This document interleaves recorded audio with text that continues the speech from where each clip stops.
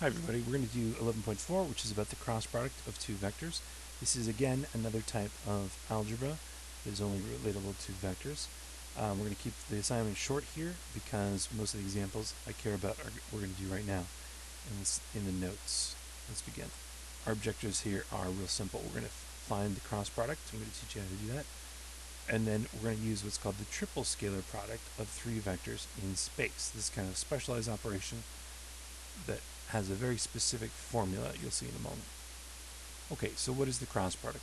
The cross product is a way to multiply two vectors together to find a third vector that is orthogonal to the first two vectors. So if I have one vector meeting with a second vector and I want a third vector that is perpendicular to both of the first two, then the cross product is what we're looking for.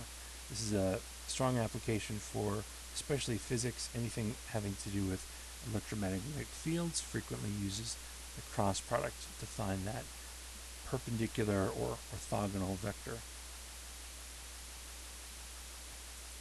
Okay, and I'm going to tell you that the notes for this section of the book are weird, and I've never seen it written. It's not that they're wrong, but they're written in a weird way. So if I have two vectors that have in space, so three components each, u1, u2, u3, I, j, k, v1i, v2j, v3k, if I'm making a cross product of those two vectors, the formula that the book has here is weird. It says u2 v3 minus u3 v2 I minus, this is the weird part, u1 v3 minus u3 v1 j plus u1 v2 minus u2 v1 k. This is weird. I've never seen this written in any of the textbooks I've ever used. Usually it's written like this: u2 v1 minus u3 v2 I hat plus, we're keeping the positives there, u3 v1 minus u1 v3 j hat plus u1 v2 minus u2 v1 k hat. Now, this doesn't make any sense unless you know the trick which I'm about to teach you.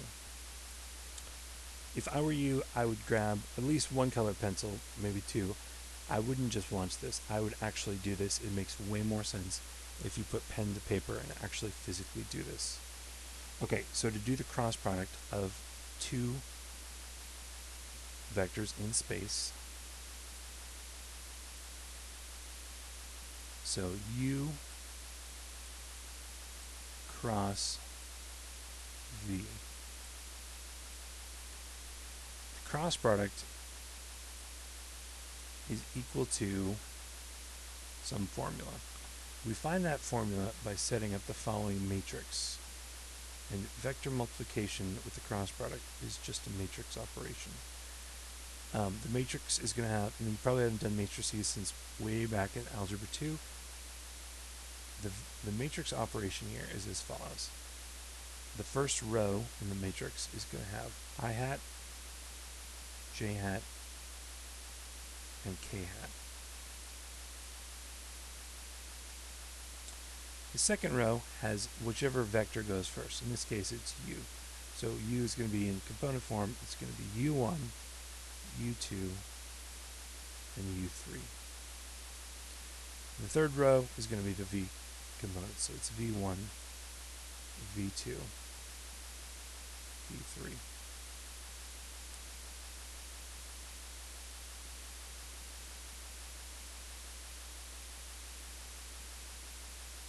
Now, what we're going to do is we're going to go down diagonally. Now, I can do the first one diagonally like this. The second one, when I try to do it diagonally, it's going to sort of wrap around to the other side. And I'm going to use some colored implements to show this. So the first one, start in the upper left column, just like you were reading a book. I'll start with I hat here, and I go diagonally down. Okay. Now the second one, I'm going to go sort of diagonally down, start at J, I'm going to go diagonally, and that kind of wraps around to this side. The last one, I'm going to do K. K starts here, and it diagonally down, so it wraps around to here. And so we get the following terms. We get, in I hat direction, we get U2 times V3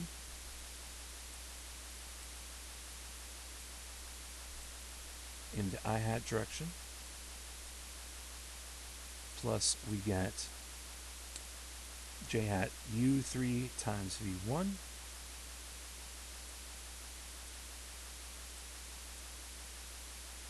in the j-hat direction. I'm running a room, so I'll do this here. Plus k-hat direction, I get k times u1 times v2. So I get u1 times v2 in the k-hat direction. Okay, that's only half of it. Now we go backwards. So I'm going to use the highlighter again. So we went down to the right, down to the right, down to the right. Now I'm going to go the other way. So now I'm going to go sort of up and to the right. So starting here at K, or you can think of this as down and to the left. Either way is fine. But this is K-hat hits these two. So it's K-hat times U2 times V1. Then it's going to be J-hat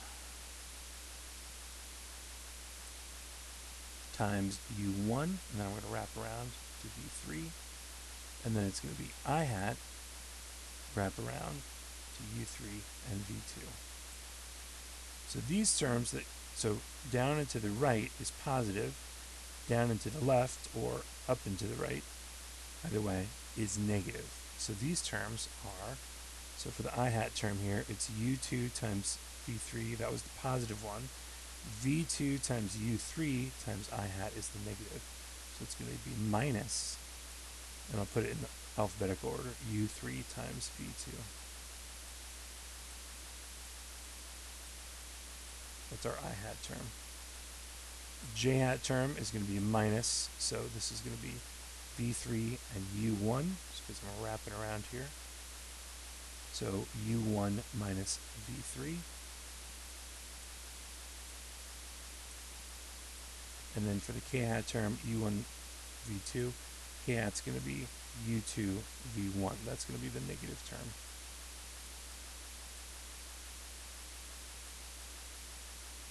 This is how we get the formula for the cross product.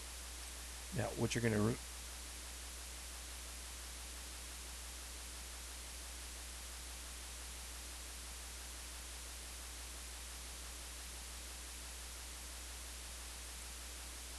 to notice here is that each of these terms is kind of switched. U2 V3, U3 V2, U3 V1, U1 V3, U1 V2, U2 V1. So it gets switched.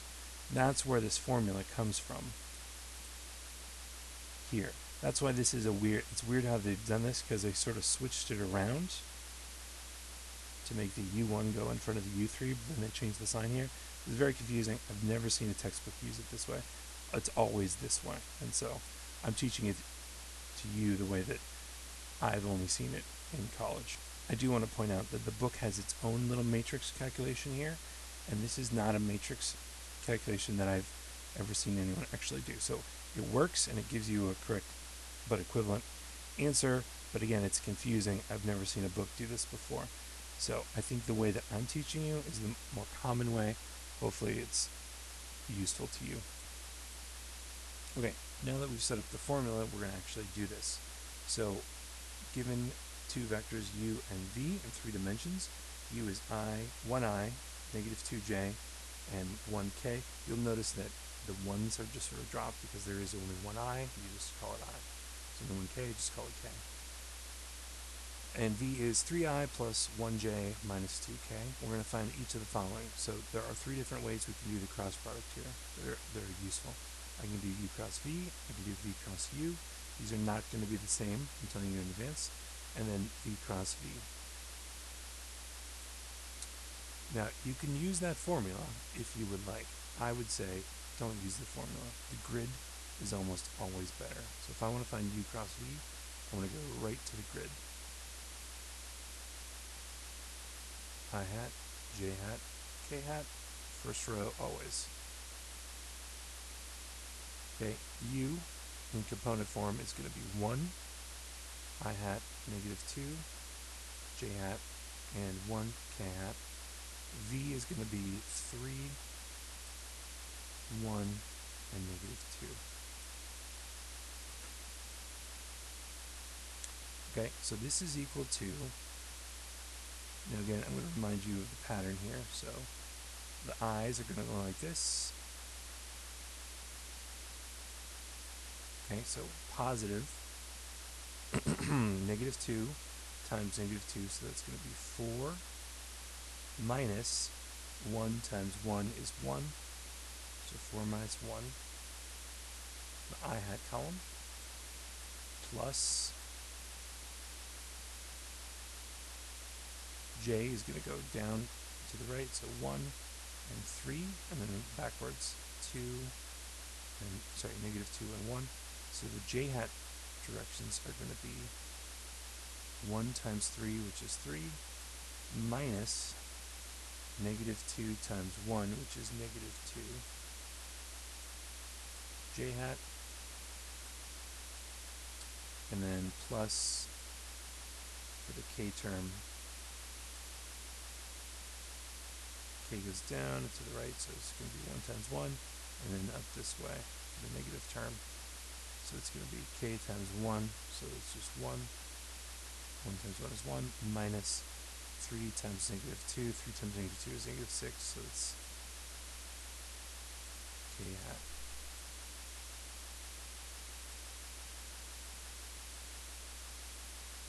Okay, and then adding them together, so u cross v is equal to 3 I hat plus 3 minus -2 is 5 j hat, and then plus 1 minus -6 is 7 k hat.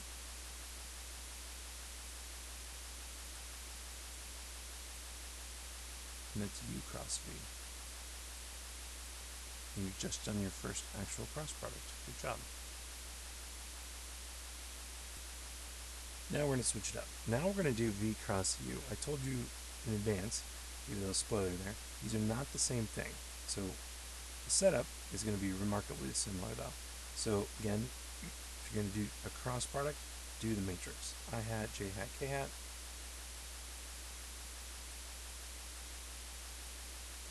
V goes first because it is first, so V is 3, 1, -2. And then it's crossed with U, which is 1, -2, and 1. So in this one, I'm going to go down. So first, I hat times 1 times 1, so that's 1 minus, and then crossover. I'm not going to do a highlighter because I've already done it a couple times. So -2 times -2, which is 4. So minus 4 I hat plus j would be down to the right, -2 times 1, so that's -2, minus, and then up 1, 3, so this is minus 3 j hat plus, and k comes down, so to the right, so k, 3, and -2, so that's -6, minus, and up and to the right, 1, 1, so that's minus 1 k hat. And so what you get as your final result here for v cross u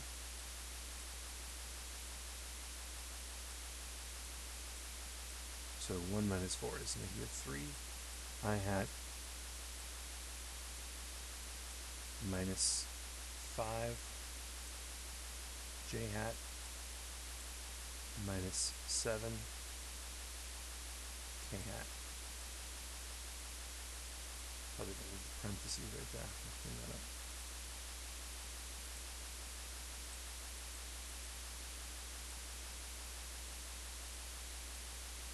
Now, if you're thinking to yourself, this looks very similar, you are correct, it is similar, but it's opposite of u cross v.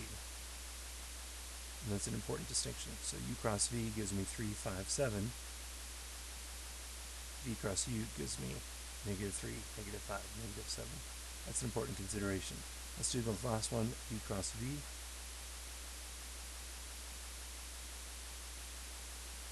So if we do this ijk,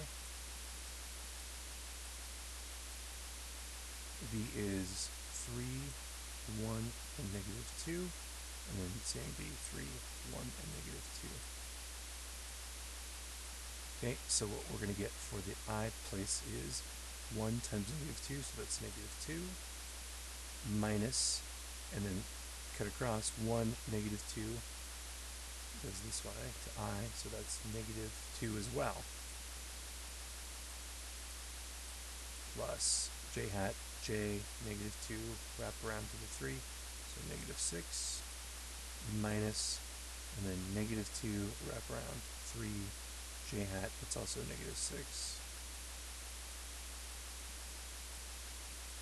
plus k, wrap around 3, 1, so that's 3, minus, and then 3, 1, k, 3. Oh no, what's happening?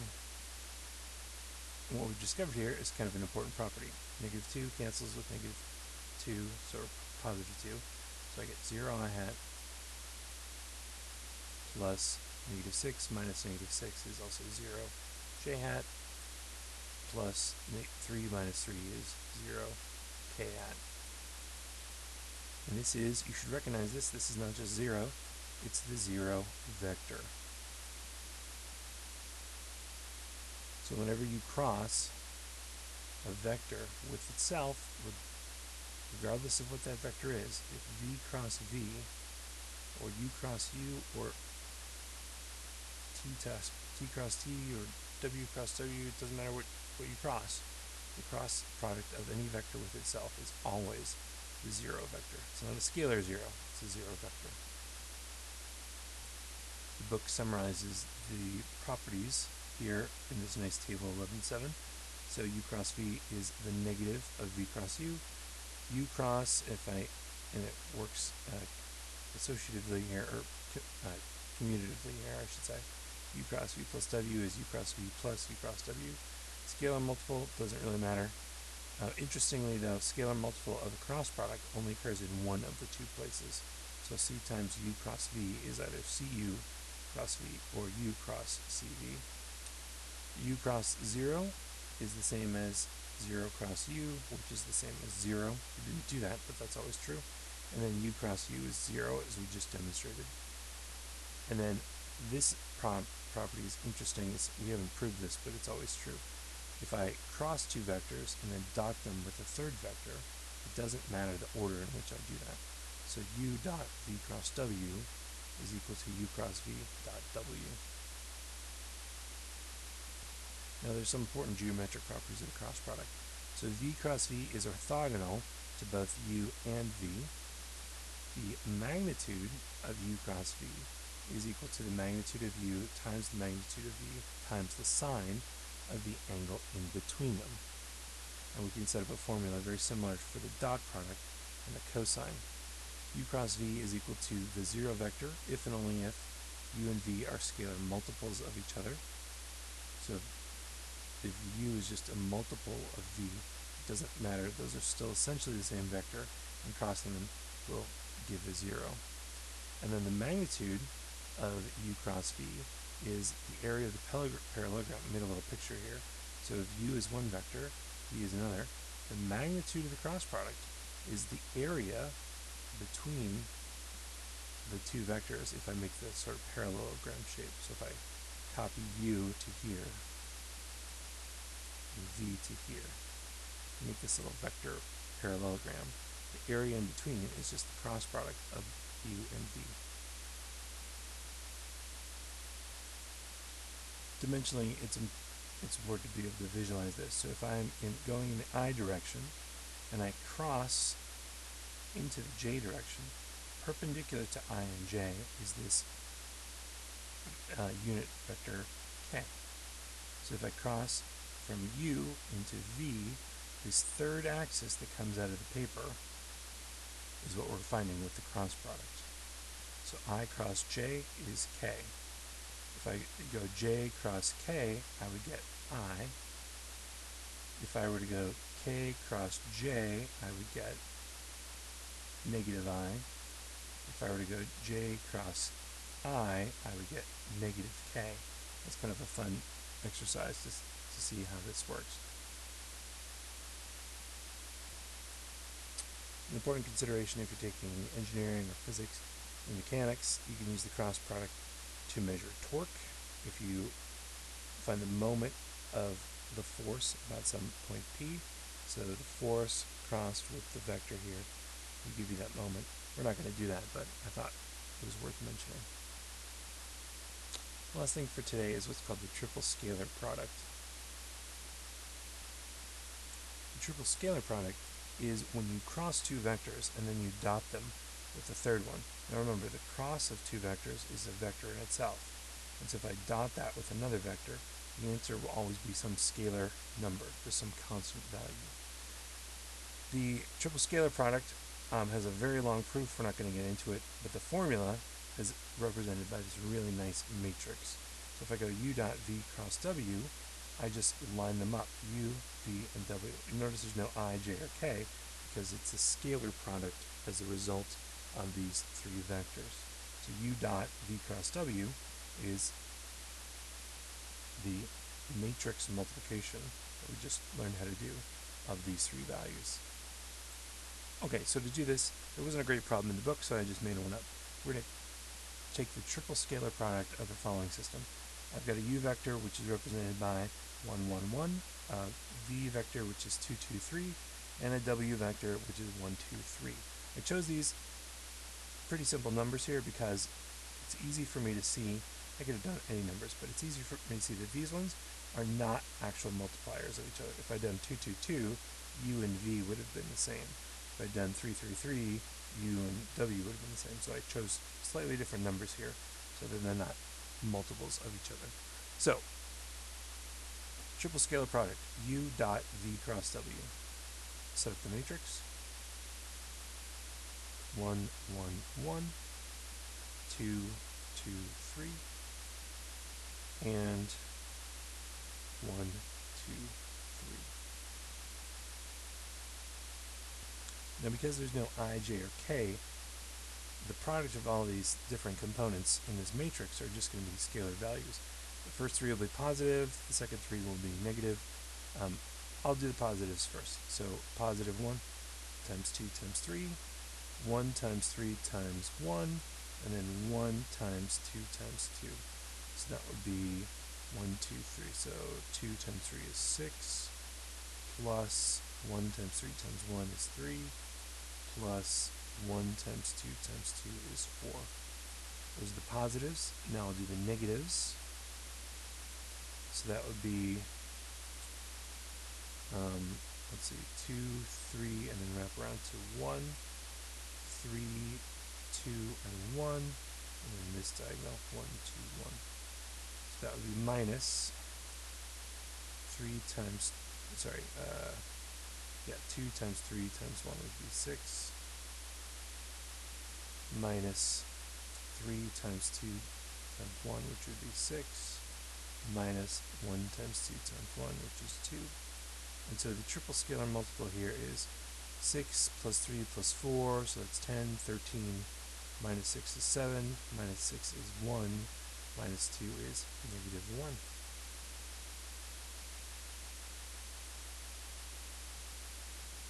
So that's the triple scalar product of this matrix system that I set up.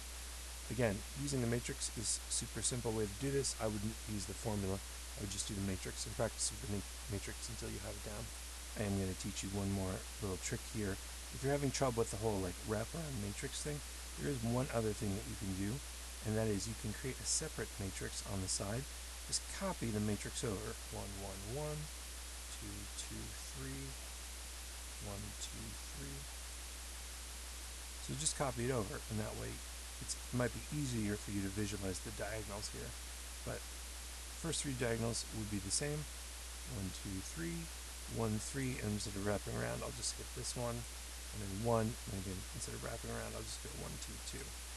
And then you would do the off diagonals by going 1, 3, 2, 1, 2, 3, 1, 2, 1, and you would still get the same values. It might be easier for you to visualize it if you're having trouble wrapping it around. You still get the same number. 1, 2, 3 is 6, plus 1, 3, 1 is 3, plus 1, 2, 2 is 4, And the greens here would be in the negative, so it would be minus 1, 3, 2 is 6, minus 1, 2, 3 is 6, minus 1, 2, 1 is 2, and you still get the same value, negative 1. Doesn't make any sense to do one or the other. It doesn't make any difference to do one or the other. If you have no problem wrapping around, just stick with the one. If you like this method better, that's great. Use it. No problem. Common application of the triple scalar product is if I can set up three vectors, u, v, and w, the triple scalar product gives me some number, which is the volume of the parallel pipette. You can think of it as the box that the three vectors make. It's not really a box because the angles are not right angles, but this is a nice way to calculate the volume of weird objects. So if you have some object that doesn't have nice right angles and you want to calculate its volume, measuring the vectors of the three sides and doing the triple scalar product will give you the volume enclosed by those three vectors. Important to note that in the formula, the volume has, you'll notice our old friends, the absolute value symbol here, because sometimes, as in my last example, the triple scalar product might give you a negative number, and we can't have a negative volume, so you just have to take the absolute value of that number. I'm going to leave that as an experiment for your homework, but example 5 does have a nice example of trying to calculate the volume of a parallel pipette using the triple scalar product, if you're interested in looking at that example. And if you ever do a triple scalar product and you get the result that's equal to 0, what that means is that you haven't done the problem wrong. What that means is that u cross v, or v cross w, is giving you the same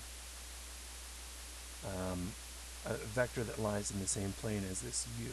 So doing the triple scalar product, and if you end up with an end result of 0, that doesn't mean that you've done it wrong. It just means that the three vectors are coplanar, and therefore if they're all in the same plane, they wouldn't have any volume. That's a nice test. If you get a triple scalar product that's 0, there's no volume there because they're all flat in the same plane. That's it for the cross product. Not too many problems here, just make sure you can do them.